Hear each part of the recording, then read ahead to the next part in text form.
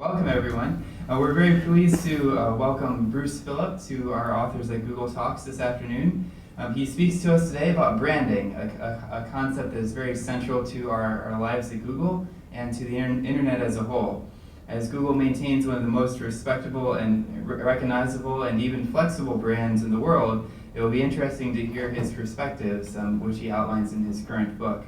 Now, Bruce has taught at OCAD University up with our neighbors to the north in Canada and has focused on disruptive ideas in his private practice as well. He was the co-founder of the GWP, a brand engineering firm, and is currently a strategic consultant to companies looking to manage their brand strategy.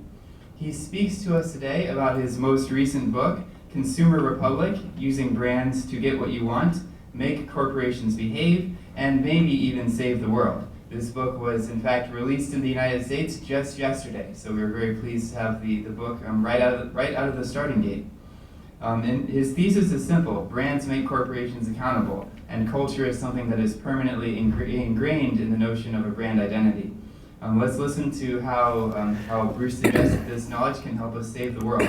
So without further ado, please join me in welcoming Bruce to Google. Thank you.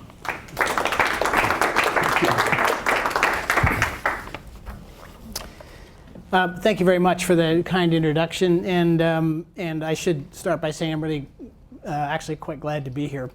I'm actually really glad to be here. If I'm honest, I checked in on Foursquare, and I don't think I'm alone in this. I think you probably get this a lot. When I was preparing for this event today, I watched a number of previous authors' videos on YouTube to see kind of how they handled it, and I noticed that that if there was one thing they all had in common, it was that they began by saying how happy they were to be here. And I think that's got a little something to do with the power of your brand, and that's kind of what I'm here to talk about today, is the power of brands. And I think I'd like to think about this dialogue as being among us as consumers rather than as professionals, because I think that's where the real battleground is in the years to come, and it has a whole lot to do with the thesis of my book. I have a bit of a fantasy about how this turns out today, and it goes like this.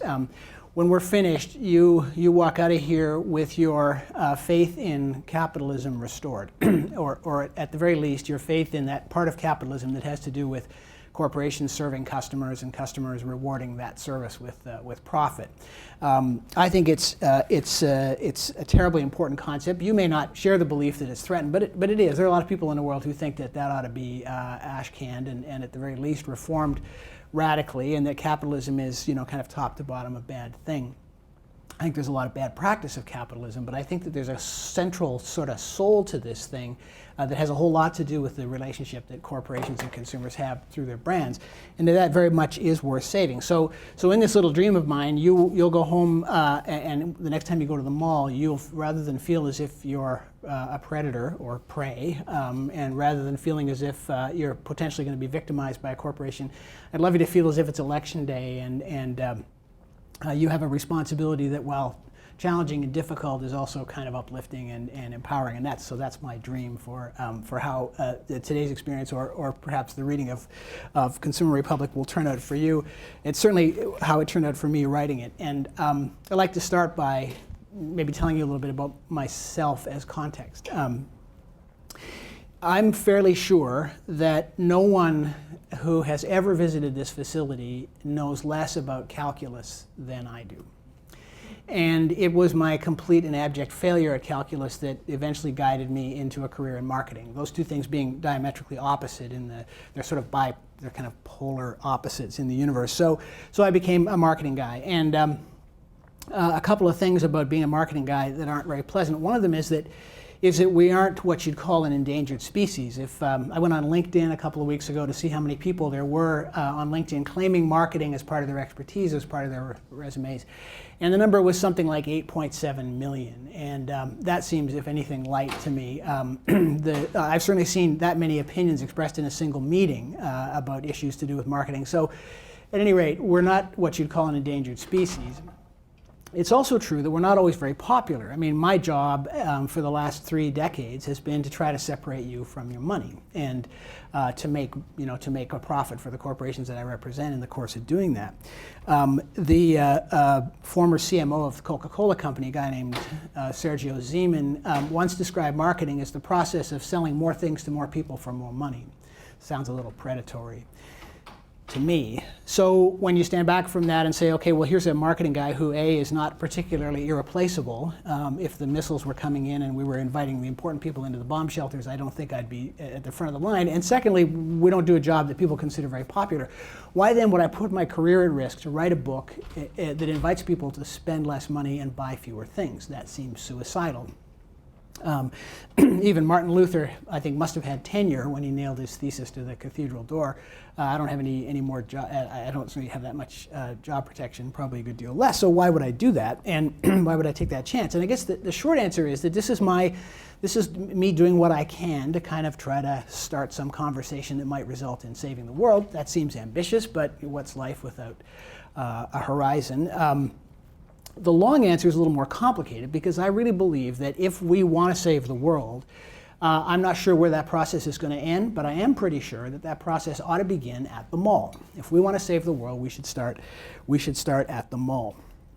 Because consuming, if we really boil it down what that all means, not just to you and me and our living rooms and kitchens and garages, but to the planet, consuming is how we shape the world we live in. Everything that we have inherited, everything that surrounds us, environmentally and financially, all begins with the process of someone exchanging money for goods or services.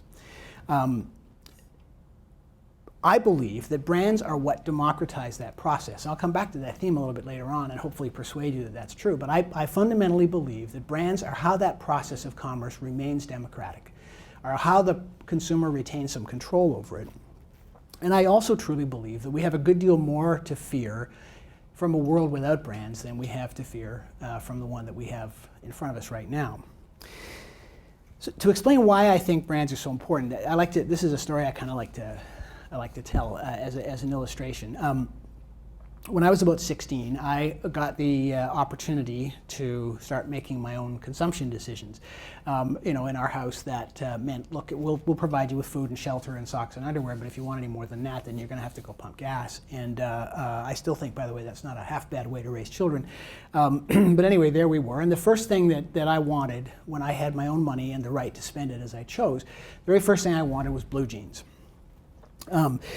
The 19th century economist Thorstein Veblen, who coined the phrase conspicuous consumption in 1899, I think, he described the ultimate purpose of conspicuous consumption as to look as though you were refraining from productive employment. So the reason, he argued in 1890 whatever, that we buy things is because we want to look like we don't need to work.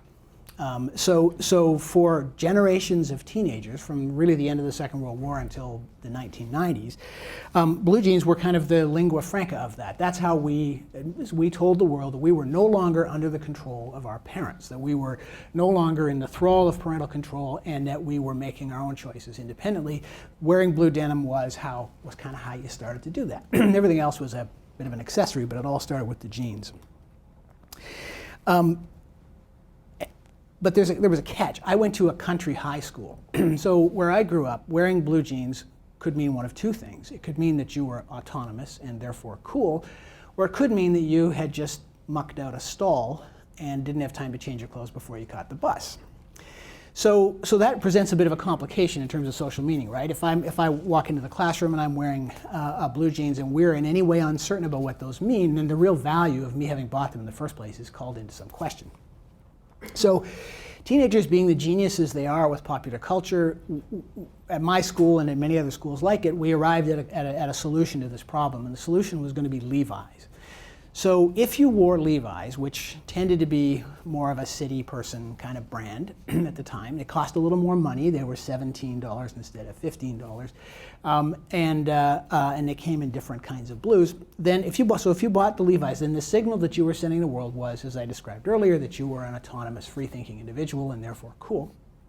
And if you wore any other kind of blue jeans, Carhartts or Lees or GWGs or any one of a dozen others that were available at the time, then there was at least a question about what you were. You were either trying too hard or not hard enough, or maybe, God forbid, you really were mucking out stalls before you got on the bus to come to school in the morning. So Levi solved that problem. But of course that produces another problem, because if the objective is to be cool, we can't allow just anyone who's got $17 to be cool, right? I mean, that kind of undermines the whole point of it. So there needed to be some kind of social control imposed on this process, whereby just because I could afford to buy the blue jeans for $17 didn't necessarily mean that I cut the mustard. And that decision was made communally, and it was enforced in the following way. At some point while you were standing in front of your locker getting your calculus textbook for another self-esteem crushing hour with Mr. Quigley, someone would come up behind you and tear the tab off the back of your pants. Now, it was no mystery from that point on who made your jeans, but it was also no mystery that the group had decided socially that you didn't merit the right to wear that brand. And so you ended up having to endure, potentially another year, depending on how fast you were growing, of wearing these pants that were rendered somehow anonymous. So aside from the obvious trauma that this clearly left me with all these years later, there were two really strong impressions from this experience that had a whole lot to do with how I ended up in this racket, and that bear a lot on what we're here to talk about today. And the first was the sheer power of it. I mean, it is absurd to reduce branding to a simple identifier for a value proposition. And yet still in business schools today, this is how it's taught. And still in advertising agencies and in boardrooms around the world, this is still how we look at brands. What is the label we're going to attach to our value proposition? And of course that's ridiculous. The greatest power a brand has lies in its social meaning.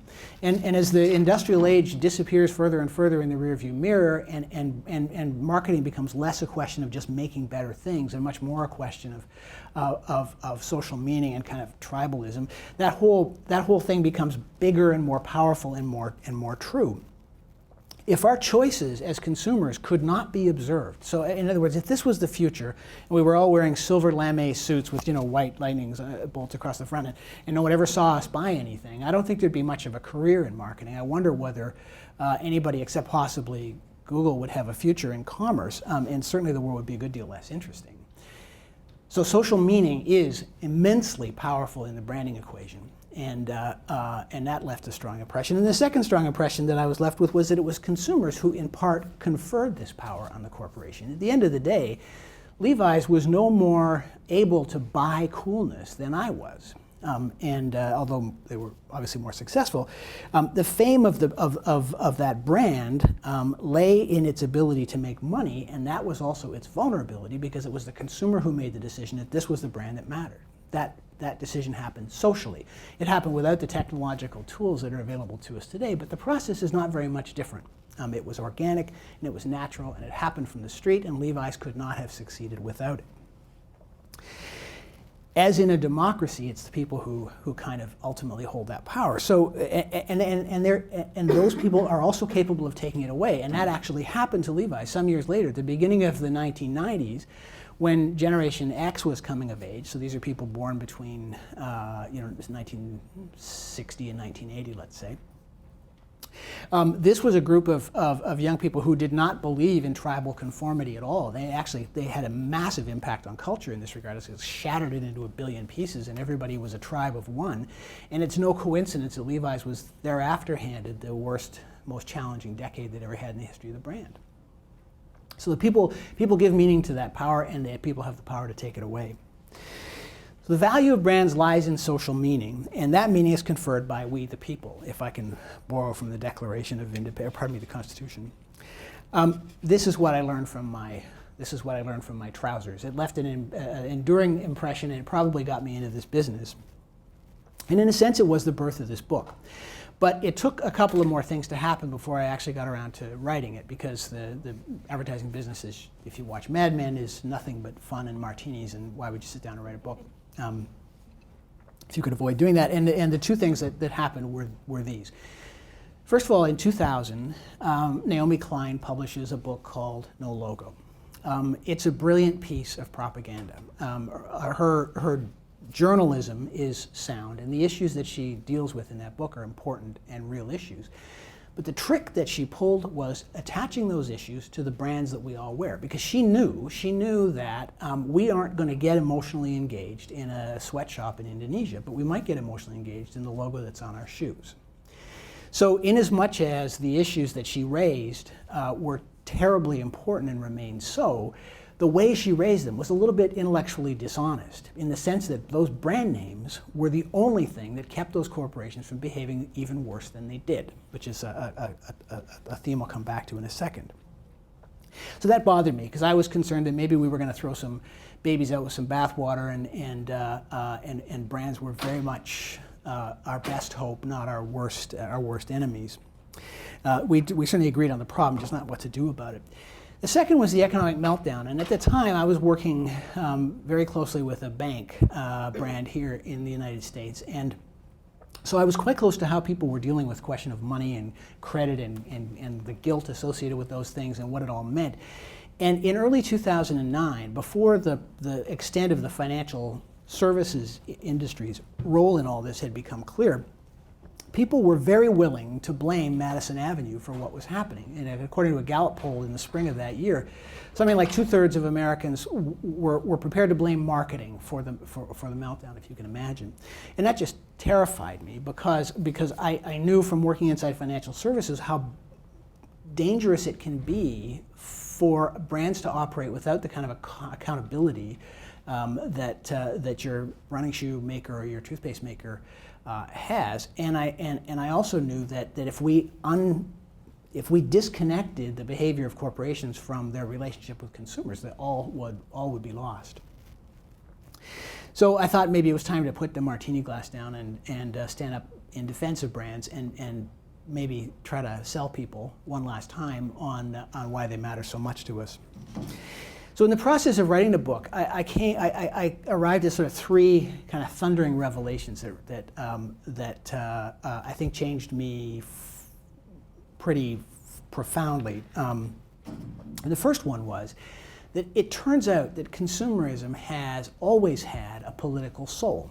That's a difficult thing to understand when you're wandering through the mall today and you see people behaving the way that they seem to, particularly when times are good. But in fact, the political soul of consumerism was almost at the genesis of it. A historian whose work I consulted in writing the book talks about the emergence of consumerism as happening during the period of the Enlightenment, so the late 17th century and 18th century. And some important things are happening, particularly in Western Europe at that time. You see people living above subsistence on a large scale. You see a push towards secularizing society, trying to reduce the role of the church in the way that things are run. And you see colonialism producing a group of people who have money but didn't inherit it. People who have means but weren't born to title or to aristocracy. So this historian reports, unfortunately, that the excesses of consumerism emerged almost immediately. People got into debt and bought too much stuff almost right out of the gate, so shame on us, but also makes the point quite persuasively that one of the biggest effects this had was the tearing down of class structures. That if this merchant class was capable of buying some of the trappings of wealth and aristocracy, that by definition devalued that wealth and aristocracy and began to kind of tear down this stultifying, feudal, medieval class system that had held so much of that society back for centuries and centuries before that. So that's kind of interesting. To me. And in fact, its ability to sort of tear down class structures and secularize society and make people autonomous and free-thinking individuals remains to this day. The writer of that particular book points out that every totalitarian society that's emerged in the last even 100 years has had as a common theme an opposition to consumerism, right from Nazi Germany to modern-day North Korea. If you want to keep the hobnail boot of oppression on a people, the first thing you do is take control of the media. The second thing you do is stop them from expressing themselves, expressing their free will by participating in the economy. Tyrants hate it. They always have hated it. There are no tyrants who were pro-consumerist that I can think of, and anything that scares power that much is probably worth being careful with. The second thing that I learned was that capitalism has always had a habit of outsourcing its conscience to the marketplace. Not entirely, and there's a spectrum of behaviors corporately for this. Obviously, there are companies who behave well because that's the right thing to do. But broadly speaking, our choices are what direct the behavior of corporations. In essence, they don't hear rhetoric. They don't hear verbal threats. They don't even hear really reputational threats unless it starts to hit the bottom line. But they do hear the cash register ring, and that is to them the only signal that is really reliable about what it is we want, about what it is we'll tolerate. And marketers tend to chase this around like 6-year-olds after a soccer ball. They are obsessed with knowing exactly what it is we want because that's the path to prosperity. So what we want, as I mentioned at the top, in effect, has a kind of builds the world that we live in. This is true to such an extent that the market research business is one of the biggest kind of corners of the marketing industry in the world. The top 5 marketing research companies worldwide alone account for something like $20 billion in sales. And when you consider that their product is an intellectual product, that's not an unimpressive number. We are deeply obsessed with what we as marketers are deeply obsessed with what's on people's minds, and what people want does tend to be the most powerful force shaping the world that we live in. And the third thing that I learned was that the threat to the marketplace is exactly the same as the threat to democracy. And it really has a lot to do with why the moment we're in right now is so terribly important and so terribly timely. And that threat is this sort of unholy feedback loop between cynical corporations and disengaged consumers. Corporations make money. They make money in the delta between what it costs them to make a product and what we're prepared to believe that it's worth, right? It almost doesn't matter what you're selling. That's how it works. That's what we call profit. So faith is where the money is. Faith in the brand and in the corporation is where all the money is. And when we tend to forget about this as consumers, bad things happen. And the most common dynamic looks a little bit like this. We disengage from a category because we don't care anymore, or we don't trust it, or we're cynical and upset about something bad that it has done. What happens then in the marketing world is that price becomes the focus in that category. It tends to commoditize. When that happens, you tend to get fewer, bigger players. So this sounds like telecom, for example, or airlines. You get fewer, bigger players, and then as a result, consumers tend to lose choice and power. So that dynamic, there are lots of others that are equally malignant, but that's the most common and the easiest one to understand. If we stop caring, then the marketer believes they can only win on price. If they try to win on price, then they kill every marginal player. Industries consolidate, they become too powerful, consumers lose choice, and the rest, as it were, is history. Disengagement from a democracy tends to produce a dictatorship, and disengagement from marketplaces tends to produce monopolies. And I come from a country where, because of the relatively small population that we have, a number of industries, by practical necessity, are oligopolies or democracies, and I'll tell you, it's not nice. We feel less powerful. When I pick up the phone to call the people who supply my wireless services, for example, as I did this week, still being unable to connect to the internet with my cell phone in Silicon Valley, their relative disinterest in my problem speaks loudly to the fact that I only have really one other choice where I come from. So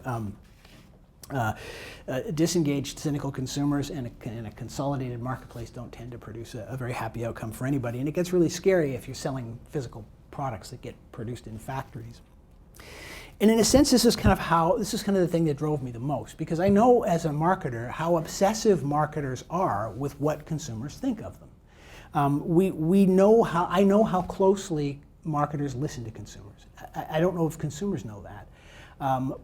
Or even if they always necessarily want to know that, but they listen obsessively, and they always have. I mean, the year I turned 16, the year I was buying my Levi's, and subsequently being excommunicated, that was the same year that the UPC code was introduced. And the UPC code, among other things, was a mechanism for allowing marketers to listen to observe the behavior of consumers in something closer to real time. So that urge has always been there. What's changed, I think, in a lot of ways. So marketing is inherently an empirical process, and it always has been. And it's all about try something and observe the effect, and then decide whether you want to repeat that process or not. What's changed, I think, very recently is that we aren't rats in a maze anymore. It used to be when I started out in this business, if you were particularly in the packaged goods world, that you came up with a strategy, you deployed the strategy, you waited 12 weeks for the next Nielsen report, and you all sat in a room and flipped through this kind of arcane document and tried to ascertain what effect you'd have with your strategy. And if it appeared to be successful, you'd rinse and repeat and do it again. And if it appeared to be unsuccessful, you'd make up some excuse, but you never really knew why it didn't work. So people's careers were advanced more on the basis of how well they could dodge blame than real accountability, and off they went. And that's not like it anymore. Now the chess game is happening in real time at an incredibly accelerated rate, to the point where we can know, depending on the business we're in sometimes in seconds or minutes, what effect a tactic has had. So you may choose to think that we are still rats in a maze. I'm less sure who the rat is anymore, but I am sure that we're certainly in a position to comment on the quality of the cheese in a much more precise and persuasive way than we ever have been in history. And so I've kind of come to believe that right here and right now is a signal moment for this corner of capitalism, because that possibility of conversation and of kind of real-time, very accurate, empirical marketing has arrived at the same moment when we're asking ourselves these terrible questions about what are we going to do about overconsumption, and what are we going to do about our excessive use of credit and the bad consumer behavior that seems to be propelling these terrible things. So my little cry in the wilderness is, well, why don't we, while we're at it, while we're solving these big problems, why don't we reinvent consumerism? Let's accept that we're not going to kill it, because we're not. And let's see whether we can level the playing field a little, because the tools are being given to us. And let's see if we can give it a conscience, because that's possible. And let's see if we can use consumerism as a way of creating value for society. That's an outrageous idea, maybe to some people, but why not? There's never been a better moment to kind of take those dares and to create a system in which corporations make money by doing the right thing and don't make money by doing the wrong thing. The conditions for that have never been better. Fairly or unfairly, the initiators of that change are going to have to be us on the supply side, the ones who are going to the mall. So how do we do that? How do we give consumerism a conscience? How do we give capitalism a conscience? How do we level the playing field and make our consumption decisions a force for good? And in the book, I try to boil it down to 3 principles, which are buy less, buy better, and be heard. And so I'll kind of unpack each of those briefly for a second. In terms of buying less, we are in this trouble because there are too many of us who want too much stuff too soon. It's not a very elegant description of the problem, but it seems to me a pretty accurate one. We have a credit crisis and we have an environmental crisis because there's too many humans on the planet who want too much stuff and they want it right away. That is clearly not sustainable, and it's particularly so because we tend to act it out in 2 ways. We act it out by demanding to pay less for the products that we buy, which I think produces more negative outcomes than it does positive ones, and by borrowing to accelerate the process of acquisition. And most of that is a result of some kind of social pressure. Back to the blue jeans. We're not going to stop. The question is, how do we continue so that we at least buy ourselves some time and maybe create a system that is capable of coming somewhere closer to sustainably meeting the demands we're putting on it. So I think the answer begins with simply buying less, and that clearly has a benefit in terms of how much stuff gets produced and the resulting impact on the planet.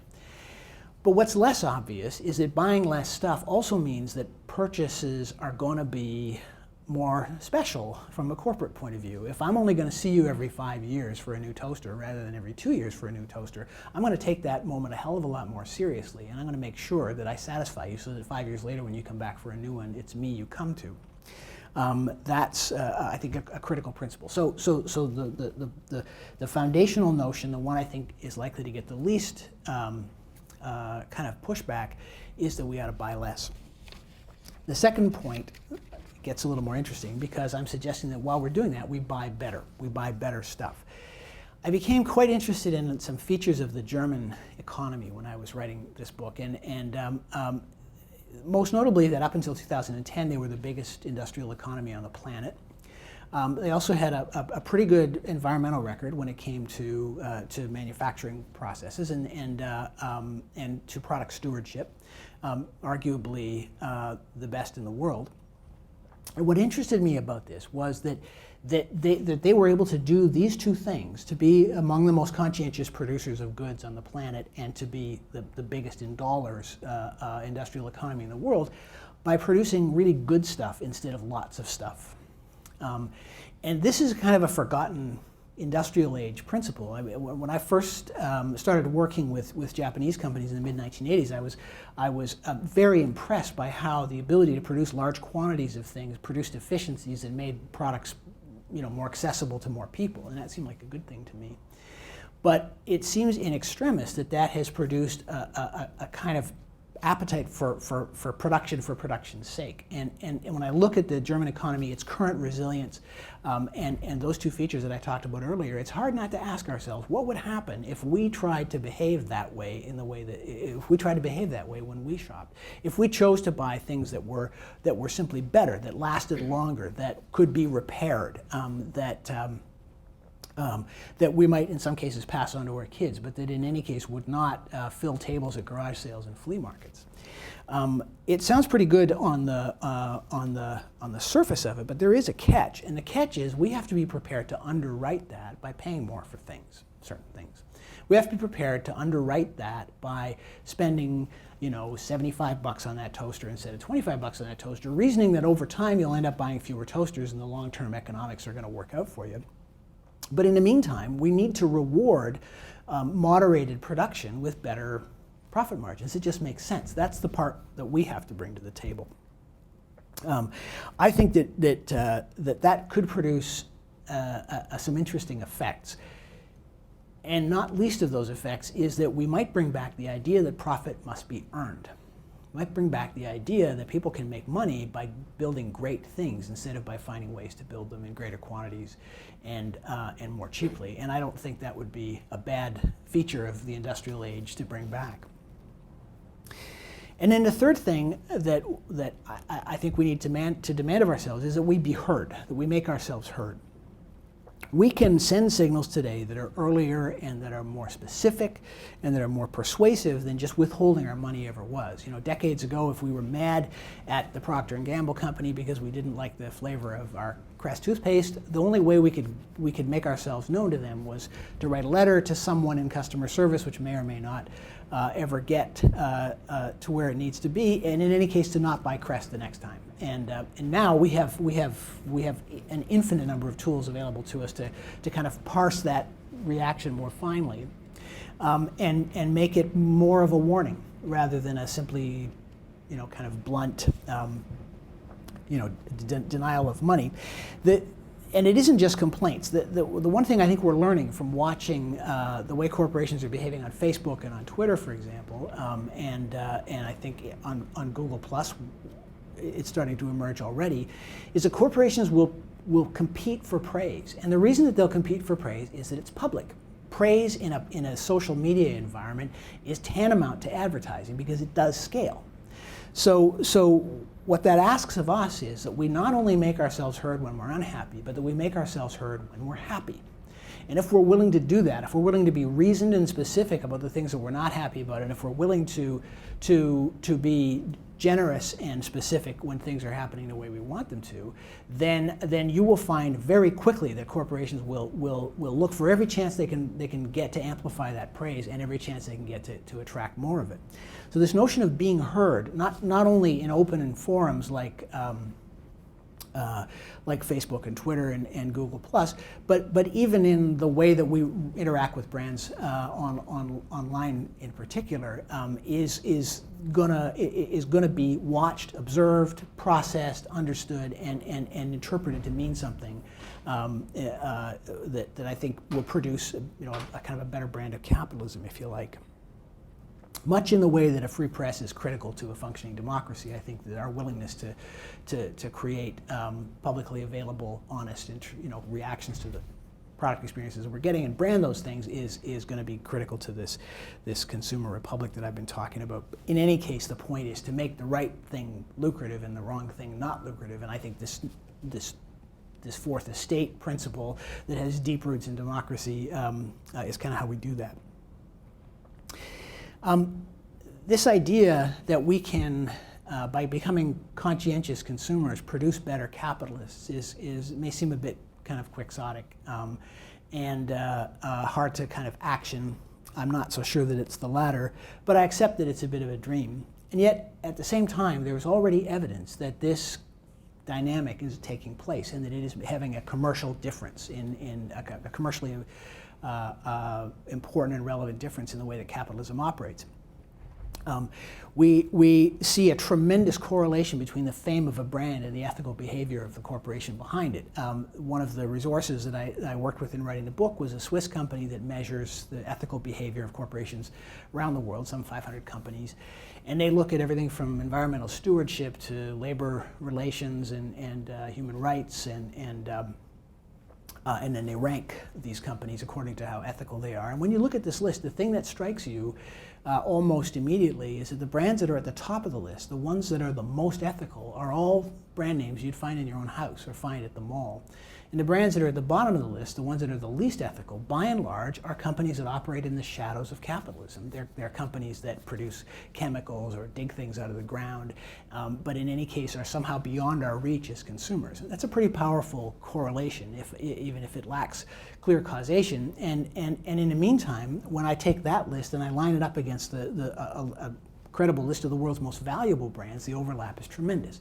And when I take that list and line it up against the holdings of Warren Buffett's, Berkshire Hathaway, and the overlap is tremendous. And when I take that list and line it up against the list of the brands that Americans consider the most trustworthy in the world and with whom they plan to do business in the future, again, the overlap is tremendous.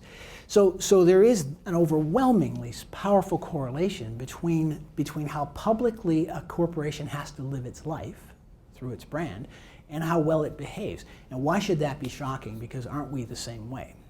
And the evidence continues to pile up. Just last month, there was a study published that made the rounds in the sort of marketing world, in which a research company had attempted to understand what the fastest growing brands in the world had in common. So it was a 10-year study. They looked at tens of thousands of brands around the world and applied all kinds of science like neurolinguistics and so forth to try to understand the nature of the consumer's relationship with those brands, and came up with the conclusion that the fastest growing brands in the world were the ones who were trying to make people's lives better.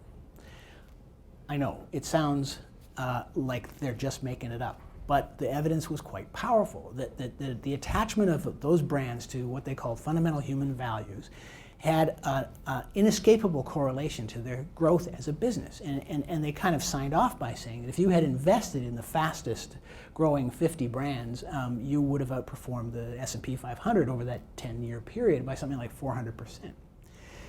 So again, another piece of evidence that being a good capitalist and being a good capitalist aren't incompatible. And I think that we're seeing increasing evidence of it day to day in smaller and less dramatic ways, as corporations come to terms with the fact that all of their conduct is now observable and not just what they say in ads. So at the end of the day, I think we can have an impact, and I think we are having an impact. We are guiding corporate behavior. An entire industry, in fact, is growing up around this notion of brand sentiment because corporations are obsessively worried about this new public face that they're developing. This book says that this would be the worst time to give up on branded consumerism. This would be the worst time to give up on that aspect of capitalism, because we right now are perfecting that feedback loop. We have a better chance than we ever have to be heard in a meaningful way, and that it would be the worst time because corporations can see for themselves. It's possible to see for themselves that they can make money by doing the right thing, and kind of more than anything right now, because we are asking these big questions about how we go forward, given that the past has proven itself to be so completely unsustainable. I think that disengaging now from branded consumerism, treating marketing as if it was a lousy way to make a living, and relating to branded consumerism as if it was some kind of scam, would sell ourselves terribly short. I think if we want to save the world, we should no more give up our role in branded consumerism than we should give up the right to vote. That if we want to save the world, we should indeed start at the mall, and we have a chance right now to make that count. And so I thank you for your attention. I'm happy to take questions if you have any.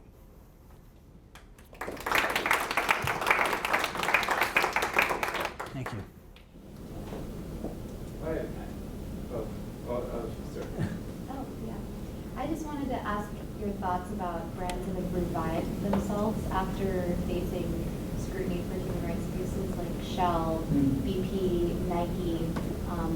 Just any of your thoughts about how consumers play a role in that? Right, so the question has to do with brands that have sort of come back from ethical disasters and revived themselves. I think those three stories that you identify, Shell and BP and Nike, are each a little bit different. Nike, ironically, kind of redeemed itself in the wake of No Logo. It gets mentioned in that book something like 37 times. She's really rough on them. And what's interesting is that book came out at a time when Nike's power as a brand was at its absolute peak, and so they had a lot to lose, because they knew that they were way past building a meaningfully superior shoe. It was all about social meaning. It was all about street cred. So I speculate that they reacted to that simply because they knew there wasn't a choice. They didn't want to be. They didn't want to be the brand that they'd been painted as being, and they were in the fashion is the most public and fragile arena to do business in for a brand. The BP case is interesting because I don't think they had any idea what they were in for when the Gulf oil spill happened, and that story in fact concludes the book. My contention is that they were the 80th most valuable brand in the world according to Interbrand before that happened, and they had just spent millions and millions of dollars rebranding themselves and putting a new logo on their filling stations and presenting themselves as a kind of green, having a kind of green agenda. And then this terrible thing happens. So I think what history has shown is that they were not solely responsible for what happened there, but the event ended up getting branded the BP oil spill. And I speculate that the reason is because they had a brand at stake, because they had only recently put that kind of put that flag on the hill saying we're going to be the good guys, and then this terrible thing happens, and we can't go and refuse to buy anything from Halliburton, and we can't go and refuse to buy anything from Transocean, but there still are 10,000 gas stations east of the Rockies that wear that green flower. I think BP was in a position where it didn't matter what proportion of fault they earned or who ought to pay for it. They had no choice but to deal with the problem because they had made this investment in who they were. So that was a case of the brand being used by society to force the corporation into I would argue, an extremely high level of accountability. Shell, I don't think, is there yet. The thing that we have to bear in mind is that brands tend to be narrative. They tend to be narrative concepts. We don't judge what a brand does as though it were happening on a clean sheet of paper. We judge it in the context of what they did yesterday and what they did last week and what they did last year. BP's crisis may, in the long run, end up being a blessing from a branding point of view if they show themselves to have been redemptive. But so far, Shell's story is entirely rhetorical, I think. And so I think the jury is still out. That category is one that we have a hard time engaging in because it's just so difficult to avoid. But I think that the Shell story is largely still untold. So I had a question about the story of Muji, the Japanese company that's famous for no brand, and they've gotten some renown by it. Is that making no brand itself a brand, or how does that fit into your analysis? So the question is around Muji and their kind of anti-brand platform, and how does that fit into the story? The writer Douglas Rushkoff, you know him, he wrote Media Virus, and he once said that striving not to strive is striving nonetheless. Which I just love that quote. And no one can tell me Muji's not a brand. It's completely a brand. It's a brand for people who want to appear to be above brands, and so I think they're absolutely subject to the same laws as everyone else. They've just worked out the economics of their business so that they don't have to operate at a huge scale, and which normally that's going to be a problem if you're trying to be obscure and interesting. But otherwise, they are a brand, and I would suggest they're probably a fairly fragile one, because I don't know where you go with it. These things tend to be, viral in nature, and they've stretched into a lot of categories with what they make. So it'd be a very interesting case to watch. But I've had this question asked in classrooms, and I try to gently say, I think it's a brand. Yeah. You mentioned a moment ago that as consumers we can't stop buying compelling. Right. I'm thinking about when you buy a cell phone from a company that maybe itself preaches that its employees have to pay, but farther up the supply chain they have a supplier who doesn't. Do you think that our consumer decisions affect things upchain? And also, do we have enough information? Do we have the ability to know when we buy a consumer product what else is going into that product? Right. So I think there are a couple of things to bear in mind here. The first is that commodities markets operate on assumed demand. So at some level, our behavior collectively does influence the way that those guys operate. I think secondly, we have to accept that there's going to be some differences we can make fairly easily, and there'll be some other ones that are more difficult. And thirdly, we have to have some faith that down the road, the responsibility at the supply chain level is going to become a competitive battleground. You can already see this with ethical and fair trade products where people are using supply chain propositions to differentiate themselves as brands. We should reward that. If it's true, we should reward that. But in the meantime, the example of cell phones is a very troublesome one, because they contain a metal that's only available, or largely only available in the Democratic Republic of Congo, which is a place where terrible things happen to people. It seems to me unreasonable that we are all going to stop using cell phones, but I think that there's a case to be made that replacing them every year might not be the best kind of global citizenship. The very least we can do to minimize our impact is not need quite so many of them. And yeah, you're right. I mean, it's difficult to sort of proactively look for this kind of information as a criterion to making a purchase decision. But I think choosing to be aware of this stuff and catching the information as it comes by and just making as many good decisions as you can would be an awesome start. Yeah. Along that same line of reasoning, since it can be so hard to keep track of all the details and all the supply chain issues, the unethical things that may happen in the production of your good, and being a good consumer, do you think there's an opportunity for something like sort of an analog to political parties for consumer goods? Like fair trade is kind of an example of that. Yeah. But something to say, this has our stamp of approval for being produced ethically, and that sort of thing. Do you think there's an opportunity for that? Yeah, I mean, I think if those kinds of movements were to emerge and they were real, that would be fantastic. But the damage that gets done if they're not, if they turn out not to be real, is just inestimable, right? I mean, we don't tend to be very forgiving. We don't tend to trust these things again if we find out that they're fraudulent. So I would applaud that stuff, but in the meantime, I'm kind of the view that we should just buy as carefully as we can. Don't buy more than we can enjoy. Take care of the stuff that we have. Because the foundation of this pyramid is still less. And as I say, I mean, this is low-hanging fruit. It's a process, right? If we're back here having this conversation in 10 years, I hope we're dealing with harder issues that are of the kind you're talking about, because we dealt with all the easy ones. Yeah. What do you make of the distortion in this by different consumers having different amounts of money, so that people with more money would have more influence, and say their issues, which may be, say, environment or whatever, will get considered more than, say, people with less money who may be more interested in like workers' rights and minimum wage and things like that? It's a great question because there is some class inequity in the fundamental that we should buy less and buy better, right? Not everybody can afford to pay, $2,000 for a stove or whatever. I think that the power of wealthier consumers is immense, and that they probably have the first duty to do something about it. I'm not gonna lecture a guy who is working 2 jobs at minimum wage and barely keeping his family fed on why he shouldn't have bought that flat screen television for $2.99 when he could buy a better one for $5.99 and not replace it. I mean, that would just be unconscionable. So I kind of turn my attention to the heaviest consumers, the ones who are spending the most money, and saying you can make the biggest difference. You'll never catch me saying we need to legislate income. I'm not at that end of the political spectrum.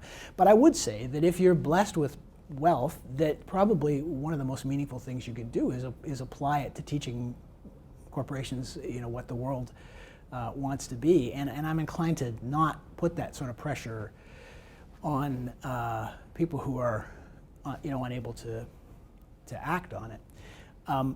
When it comes to the question of labor practices, that's a very tough one. I mean, in my dream, we would repatriate a lot of manufacturing. I think that's how the middle class was created, and that's probably how we'll get it back. I'm not an economist, and I'm certainly not a politician. So I kind of go back to my earlier, sort of weaselly answer that let's dream of having that problem.